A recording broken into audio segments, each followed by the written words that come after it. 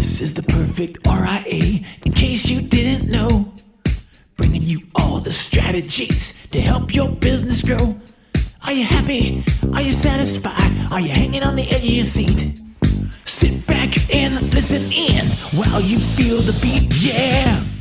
Micah, I never play Office. I am so busy with all of my clients. Well, that's amazing. How many clients do you have? 15. Hello, everyone, and welcome to another episode of the Perfect RIA podcast. I am your co-host, Matthew Jarvis, and with me, as usual, the man, the myth, the legend, Micah Shalansky. Micah, how are you today, my friend? Jarvis, I am doing absolutely fantastic. Excited for all of the great things that we're going to be talking about this year as everything kind of kicks off, and really getting into a little bit of a pet peeve for the two of us that's kind of coming up. So we're going to chat just a little bit about that. But man, there's some great opportunities out there this next year. I'm really excited to start getting into more and more of this.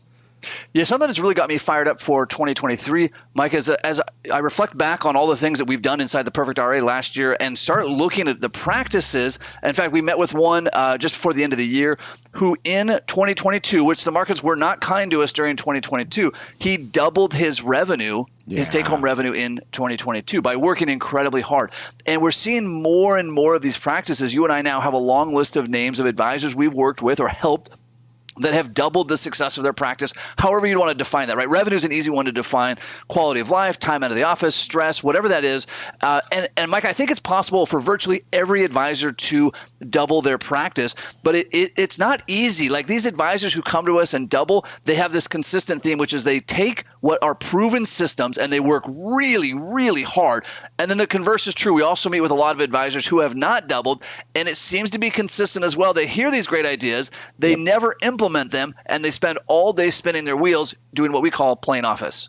You know, Jarvis, it's something that I like to say when we're talking about these things is the concepts that we go through and we chat about it, it's not complicated, but it's hard. And sometimes we really have to separate those things out, right? One of the things that's really important in our client communication is not to overcomplicate our client communication, something we kind of talk about all the time. And it's something, though, that sometimes we'll definitely fall in the trap of, just like we do with a client. Sometimes we want to go into a little too much detail, share a little too much information, go a little too much, and we lose the client in the weeds. Well, guess what? We end up doing that same thing in our practice. And the easiest way to call that is playing Office. We focus so much on things that we can justify, right? Here's the really big key, is you can justify all of your actions. Now, if I take this back to a client relationship, let's talk about cash flow. One of the reasons I hate doing budgeting, and I won't do budgeting with clients who do cash flow planning, is because budgeting is just look at all the money that I've spent and justifying where did it go. It doesn't matter, right? And all I'm going to do is piss people off. I will justify every single penny that I spent. Why? Because I spent the money. Clearly, at that time, I thought it was the most reasonable to spend the money. So why am I going to look at in the future trying to justify that again? That makes zero sense to me. So if you look at your current work and all of the things you do, and all you can think is how busy you are, all you're doing is budgeting your time. It's a horrible way to do it. You got to start looking forward on it. We got to say, all right, what is the highest use, the highest value of your time, and have an honest conversation about if you're not playing Office. Now, if you tell yourself right now that you are not playing Office, you are lying to yourself, because every single one of us, I have never met an exception to this rule, plays Office at some extent. Some a lot more than others, right? Some are pretty dialed in and getting it under control. We all play Office, especially me. I'm just as guilty as the next person. Yeah, and let's add some clarity to this, Micah. So playing Office, and this is a phrase that you and I have worked on for years, it doesn't mean that you're sitting there playing solitaire at the office. So it doesn't mean playing at the office. That's just wasting time. Like none of us, I've never been an advisor, Micah, who says like, Jarvis, I've been playing solitaire, I'm getting really good at it. No, everybody knows that that's a waste of time. Playing Office is doing things the free hard sell. way. That's generally the way to go. Sell, that's so much better. It's free sell. It's whatever it is. Playing Office is doing things the hard way. And let me give you an example. It's a pet peeve of mine, and I know I recently upset several advisors around this. Social media in 99 times out of 100 is a massive case of playing Office. Now you might say, yes. Wait a second, there's somebody who built this great practice doing social media. One, I would like to meet them. I'm sure they're out there. Like just statistically that has to happen. But you posting random thoughts on social media, that is not marketing, that's not prospecting, that is playing Office. Now, if you're taking like a Justin Welsh approach, who's not an advisor, but who has a phenomenal social media presence, and you're incredibly intentional, and Justin's writing out, he's 6 weeks ahead on his content, and all of his content ties back and forth to each other, then we'll talk about that as an actual productive strategy. You going on and checking your LinkedIn, that is not working, that's playing Office. Yeah, 100%. So one of the things that I want to think about inside of there now, Jarvis, if you threw out there that we would love to meet somebody that is building a practice via social media, and I 100% agreed. I would love to meet that person. Let's put a little caveat in here in what that one means. If you come and say, I built all of my clients via social media, we're going to say, great. Prove it. I want to see direct correlation between your social media activities and bring on clients. Why? Because I can show it in other realms on how I bring on clients. I can show it with seminars that I present, with webinars that I do, with content that I create, with my podcast, right? With the videos, all this other stuff on the consumer facing side. We can see a correlation, some very direct, some not as direct. So sometimes it's going to be there, but I can see correlations that are going to come back. And for every line of business that we're doing, you should be able to see a P&L on it. That's the reason we stopped doing social media, right? I was burning tens of thousands of dollars at the altar of Facebook, and we're seeing zero result. Now, you could easily say, well, Micah, that's because you did it wrong. Okay, clearly, but I've never seen anyone do it correctly, and I would love to see that. But again, you better be able to prove it. I want to see the numbers. And again, this is not to say that it can't work. Every marketing strategy can work if worked with enough intention and enough dedication. We have a good friend that built his practice to this day on cold calling. I know an advisor, Micah, this is a true story. He built his practice out of a hot dog stand. He decided his niche was a specific industry in his town, a specific company, and at lunchtime he would set a hot dog stand out in front of the company, and he would give out free hot dogs to promote his financial planning practice. Now, this is an interesting example because I tried a similar thing once early in my career, and I got a cease and desist letter and was escorted from the premises by the campus security. So again, just because it worked, it's a true story. I still have terrors about that. I can picture the car I was driving. Anyway, just because it's working for someone doesn't mean it's going to necessarily work for you. And again, you have to be just so intentional about everything you do.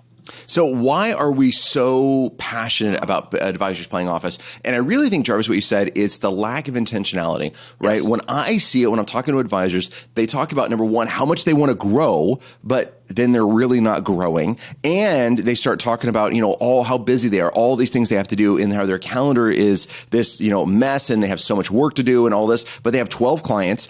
In one example, that's not an exaggeration. Sometimes you could have 100 clients. I don't really care about your client number. More than likely, you are playing office. I have met advisors that have 500 plus clients, are rocking it and doing a fantastic job, and they will even admit that they play office and they're not super productive, right? So we all do it at some level. But what really chaps me about this is the pure fact that we are lying to ourselves, right? And we have to stop that. If we wish to deliver value to clients, if we wish to have an honest conversation in our industry, in our environment, to say, hey, we all need to improve to get better, we got to quit lying to ourselves with that and say, hey, we only talk about what works. Why does Jarvis pick on people on social media? One, he just enjoys playing office, right? That is a playing office vice. Yep. So it's all there. Now, playing office is okay as long as we give it a spot to live in. So I'm not trying to say eliminate it altogether, but you got to identify what activities am I doing that is playing office, and then have I met my productive activities for the day? Like if you're crushing it, and we tell this to other advisors on our team, that says, look, if you come in and you crush it and you nail everything and you get everything done and you want to blow off early and go do something else, rock on, go do that. If you want to play office at something after you've accomplished all of your productive activities, I'm not going to complain. I'm really not, because we all need some type of outlet. If your outlet of your stress reliever that you need is social media, is these other things, playing office in some capacity, great, but get your productive things done first. And sorry, I'm going to total tangent on this one, Jarvis. And the other thing to really think about, don't put yourself in a shopkeeper mentality with this of saying you have to be at the office to 8 to 5. That's another thing that starts to ingrain inside of yourself. And then it really becomes present the older and longer you get in this industry. And it doesn't allow you to get out of the office. And it's a very hard habit to break. The only time I want to be in the office is when I'm being productive. The office environment that I've set up is a production environment. And guess what? If I'm not going to be productive, I don't want to be there, because I don't want to mentally assign any time of being in that environment with not being productive. Yeah. So, Micah, how do we identify those playing offices? Because I know, I'm going to just say, even for myself, like there's some things I know are playing office. Like when I go on LinkedIn and harass advisors, that's clearly just me playing office. That's probably just like a flaw in my personality. But it's easy to say like, oh, hey, I'm not playing office. I'm so busy all the time. So a couple of examples come to mind. Anything you're doing that we can find another advisor doing it in half the time, that's playing office. Anytime you're getting alerts or interruptions from your team, from clients, from anyone, from email, that is playing office. Anytime you're doing a task that somebody else could do for a fraction of the price, that is playing office. Mike, I talked just the other day with an advisor still doing their own case prep going into Surge. That's playing office. You say, well, no, that's me getting ready for these meetings. It's not. You pulling out old dictations, old tax returns, that is playing office. So as you're driving in your car, as you're sitting in your office, wherever it is you enjoy the Perfect RIA podcast, start being really honest with yourself. Start making a list of where am I, even just potentially, like give yourself a little out. Where am I potentially playing office? I love that. I always start with, does this directly help a client, right? That's always where I go to, right? Does this add massive value to a client? And then Jarvis, I followed up that second question you just said, could someone else on my team be doing this, right? Yep. There's some things that, you know what, I am uniquely focused and designed to that it was really going to add the most value. Fantastic. There's some things that we've tried delegating to the team, which is too much on the financial planning side, and it needs to come back on the financial advisor side, right? So find that balance. But number one, is this something directly related to a client to add massive value to them? And could someone else do it? Let's say no one else can do it. Okay, fantastic. Is this a marketing event that's going to directly drive prospects? Directly drive prospects, not theoretical advertising that may or may not work. Do I actually have a plan in place on how this is going to be productive and proven results? Or is this strategic business planning? If so, you shouldn't be doing it inside of your office, right? Like any of those three things that is definitely are advisor focused and are not playing office. So I take it from, if I'm doing those things, I'm staying in a really good positive lane that I should be in. If I'm not doing those things, now I'm in jeopardy of playing office. Now I need to evaluate these tasks and saying, should I really be doing this? Mike, another warning sign that comes to mind is anything that there are billions of dollars being spent to make you kind of addicted to that, that's going to be playing office. And I live in Las Vegas. I love being in Vegas. And I laugh and I cringe at people that tell me they have a system for being in the casinos. Now, are there people, 1 in a million, who do come out ahead in the casinos? Yeah, there are, right? There's some professional poker players, whatever the case may be. But everyone else, you're coming up against this enormous industry that has invested billions of dollars. And by the way, what the casinos spend to make themselves addicting is pocket change compared to social media, is pocket change compared to email. So anytime I'm in an avenue where I am the product, which is all social media, or billions of dollars are being spent to make me addicted to this, I need to be hyper vigilant that I'm not playing office. You know, Jarvis, one of the things to think about this that's really helped me is when I help teach other people, it really shows the flaws in my own system, right? It totally does. Which is why we do this podcast. Which is why we do this podcast. Amen. All about opening up the transparency side. So one of the ways that you can easily do this is with your team, is reach out to your team and what areas is your team playing office in, right? One, eliminate distractions. You had mentioned this before. Alerts on phones, on social media, on emails, right? There's a ding that goes off. Man, it just pisses me off.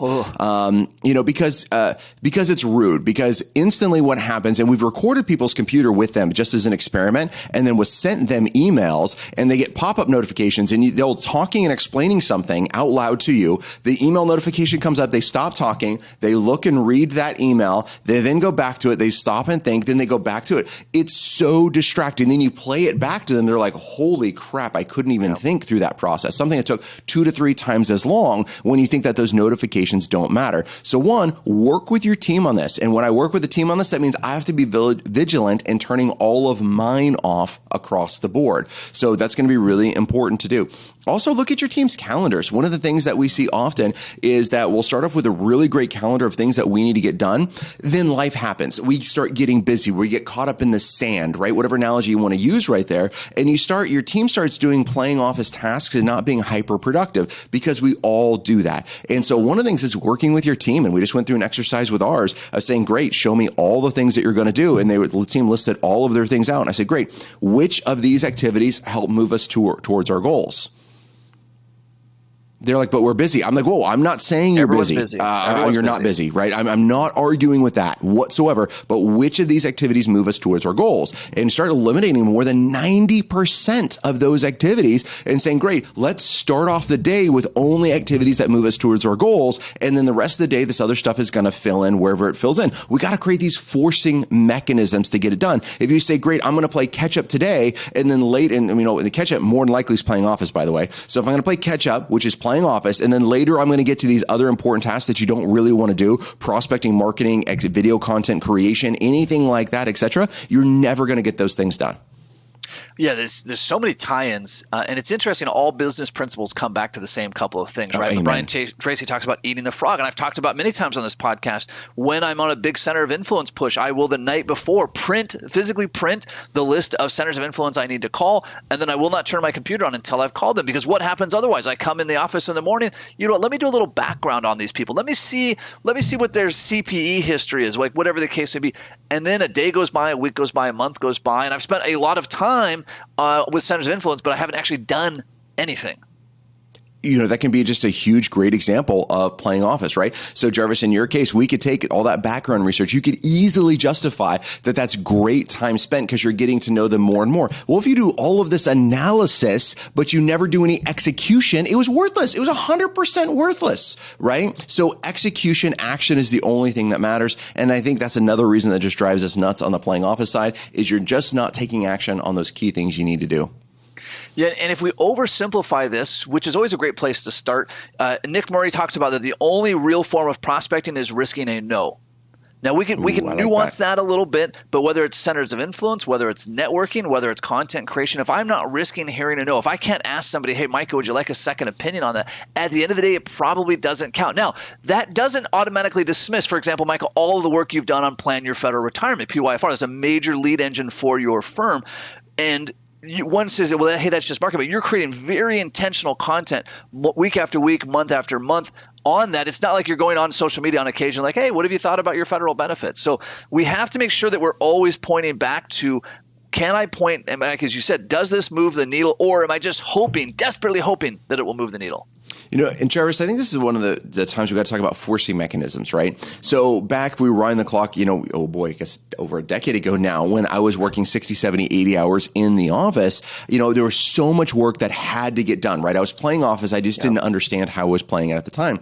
And what we had to do was create a forcing mechanism for me to get out of the office. Now, why in TPR, the Perfect RIA, do we have this tenet about we want you to take time out of the office? Because it's a forcing mechanism. It makes you make really difficult decisions about what's important and what's not. So the easy example that I like to give about time blocking, force mechanisms, etc. When you went to the airplane, whenever your last trip was, how many times did you not have time to pack your luggage? Did you ever just go to the airplane and be like, wow, I forgot to pack my luggage. I hope I'll figure it out when I get there. Or did you always be able to come with your suitcase? You always came with your suitcase. It's amazing how that works, right? Because you had a really firm deadline that you had to get something done by. Otherwise, your bags aren't coming with you on the trip. Your clothes aren't going to be there. You're not going to have your toiletries, right? Oversimplistic example, but it works really, really well. Apply that same thing to business. Is how do you create a forcing mechanism inside of your day-to-day activities, not once in a year trips, your day-to-day activities that make you stop an activity. We talked about egg timers before, which work out fantastic. Where you put an egg timer on your desk, says, look, I'm only going to do work on this case prep for 15 minutes and that's it. I got to get all my stuff done. Now, if I don't get it done, I can pick it up in a day, but I can't do any more of that today. And it starts forcing you to make better, tighter decisions and not get lost in minutia that really in the end doesn't matter. Boy, there's so many directions we can take this. One that comes to mind, Micah, for me is it's easy for us to fall into this victim mindset. Like, hey, I should, if only I had more time, if only my team, if only. And we have to there's no power there. Nothing comes like if I, we're beating you up and we're saying, hey, listen, quit playing office. And that's good for awareness, but we quickly need to pivot. Micah, as you were saying, we have to create these forcing mechanisms. We have to understand, as human beings, for whatever reason, we're very easily distracted. It kills our productivity. We seem to avoid doing the hard things. It's just how we're hardwired. And we can have a discussion about that another day. But what we have to do is then hack that process. So this podcast, for example, Micah, you and I get together every Monday morning, 8 o'clock Pacific, and we record this episode. Why is it not like at some random time? Because we never would get around to it. To our team's chagrin, they would call and they'd say, Jarvis, Micah, hey, you guys are 6 weeks behind on podcasts. Oh, yeah, we will get to one. It never happens. In fact, Micah, you and I are notorious. When we get together in person, we always say, hey, we're going to record some episodes. And we never do. We're just not Except reliable. for in Alaska. When you came to Alaska, we were able to do it. So the other 49 states and other countries, not so much the case. Well, we created a forcing mechanism for that too. We said, hey, listen, the first thing we're going to do in the morning before we go do any adventures, we're going to record these episodes. And we sat by the beach, which is an odd concept in Alaska. It's a different kind of beach than the rest of you are imagining. But anyway, you've got to just set forcing mechanisms. You just got to say, listen, I'm not good at this. I'm not reliable for X. Like alerts, I am terrible. If there's an alert anywhere in my world on someone else's phone, I'll walk over like, hey, what was that alert? So I just get rid of them, all of them, period, end of story. Yeah, I wish there was a device in my house that I could install that anybody walked in, their alerts were nullified, right? That would just be fantastic. Quick, there is precedence for that. When the president comes through town, they jam all signals. And so I think I could probably just get that. I know there's probably some laws regulating that, but if I just had a radio frequency jammer in my vicinity, I just drop an EMP signal every time I walk into a room, fry all the electricity. Sorry. That might be a little overkill, but concept of. Yeah. So short of that. So short of that, yeah. Watching those notifications, watching those distractions and saying, great, what's your forcing mechanism to get this thing done? Back on our podcast, Jarvis, so we give ourselves an hour to do a podcast. It doesn't take us an hour to do it, but it takes us a full hour to do it because we have a friggin' hour and we'll spend 15, 20 minutes BSing, catching up, going through different stuff, talking about podcasts. Then we look at the clock and we're, oh crap, we got to put a podcast in. We better hit record. And we start going through the content, right? Now, if you only gave us 30 minutes, we would probably get it done in 30 minutes because that's the forcing mechanism of which we have to get it done in.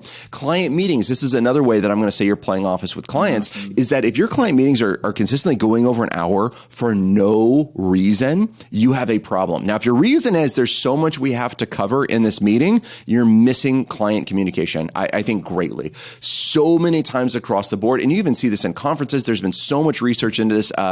Peak Performance is a great book that you could review that talks about this. 45 minutes to an hour, somewhere in there, you start losing steam, etc., and the client's going to start dropping off and not paying attention. So the only reason you're going longer than that is justification. You are playing office with the client and justifying and wasting everybody's time about your fees, about your cost, your value to that client, and you got to stop that. I think another reason, Jarvis, meetings go over is you don't have another one back to back. This is why I like Surge, right? If I know I only have a 15-minute break between my meetings and that I have a 1 hour slot, 15-minute break in another meeting, I better get my stuff done in that period of time. If I only have one meeting in the morning and one meeting in the afternoon, who cares if I go late? I get a BS with a client. I enjoy my clients. I love talking to them about different stuff. I could spend 2 hours in that meeting, but I'm not forcing myself to deliver value to that client. So you got to have those forcing mechanisms to make sure you're really on top of your peak performance. Boy, I love it. Specific to that, we've talked about in my office, if I'm having physical meetings, because I love seeing people face to face, 5 minutes before the top of the hour, before the end of the meeting, Colleen will gently knock on the door and she'll stick her head in and smile. And I smile back and I say, oh, Colleen, thank you so much for keeping me on schedule. Because again, I know that I'm guilty of, I love just talking to people, and that meeting would go and go and go and go. And that just doesn't work. And so I created that forcing mechanism of Colleen coming and checking on me. And you might say, well, that's silly, Jarvis. You should be able to end your meetings on time. Yep, I'm just not reliable for that. Just like I'm not reliable for ignoring alerts, so I turn them all off. Yeah, I'm so easily distracted by these other things. I have to compartmentalize about what I'm working on at that time. I love it. Well, Jarvis, this podcast is all about action items. So what are things that our listeners can do right away to help improve their practice, improve the things they have going on, and quit playing office? At the risk of going down a whole other side rant, take action. It's so often that we meet advisors. So again, Mike and I, we created this Perfect RIA because it was so fun to share with other advisors what we were doing. And there's really nothing more satisfying, or very few things more satisfying, than advisors saying, hey, I heard that episode. I joined the Backstage Pass. I implemented those things and I have transformed my life. Recently, an advisor came up to us, Micah, almost in tears at the transformation that this stuff has taken in his life. Now, he did all the hard work. We pointed him in the direction. We said, here's the treasure map. Follow that map. Transformed his life. There are a lot of advisors that hear that and they say that's interesting. So please for 23, take action. I would say action item number 1, of course, is to mark your calendar for January 18th, later this week, to join Stephen at Retirement Tax Services and Micah as they talk about tax planning for 2023, including the new tax laws that have passed. And so this is an incredible opportunity to learn, not the theoretical. You can read that. There's great places for the theoretical, but to learn what actual advisors are doing in their practice every single day. And I love this too, because when we had planned that webinar, we hadn't talked about, putting in new tax laws. And then, yay, congratulations, we get to talk about new tax laws. So we get to figure that one out, which is going to be outstanding. You know what? I'm going to say action item number 2. Jarvis came out with his bonus edition of his book. It's a hardcover copy of Delivering Massive Value. I'm a big fan of hardcovers. Anyways, I just like the way they feel in my hands. So I would definitely say go out and get that. Check out that bonus content. I know that could be a little bit of self-serving plug right there, but it really is some phenomenal information to help transform your practice. Yeah, you can get that on Amazon, or for a better deal, you can get it on the perfectria.com/book, and you can get a copy there and get direct access to all the cool bonus content. Mike, another action I would put out there, pick a forcing mechanism that you can implement today, this week, whether that's turning off alerts, whether that's saying my meetings will end at exactly 60 minutes, whether it's saying I will never work past 5 p.m. Pick a forcing mechanism and implement that right away. It is not that Mike and I have this insane amount of willpower. We do have quite a bit. It's that we're just saying, hey, I know where I'm good and I know where I'm not, and wherever I'm not, I need to put a forcing mechanism in. I love it. Enforced mechanisms can come in all sorts of different ways. From my experience, I think the best forcing mechanism is out there is making sure there's a third party that's involved with it, whether it's a mastermind group or your assistant following up with you in some capacity like that. But you absolutely got to have it. Well, Jarvis, as always, these are super fun to do. And until next time, happy planning. Happy planning. Information designed to change lives. Financial planning can make you thrive. Start today, don't think twice.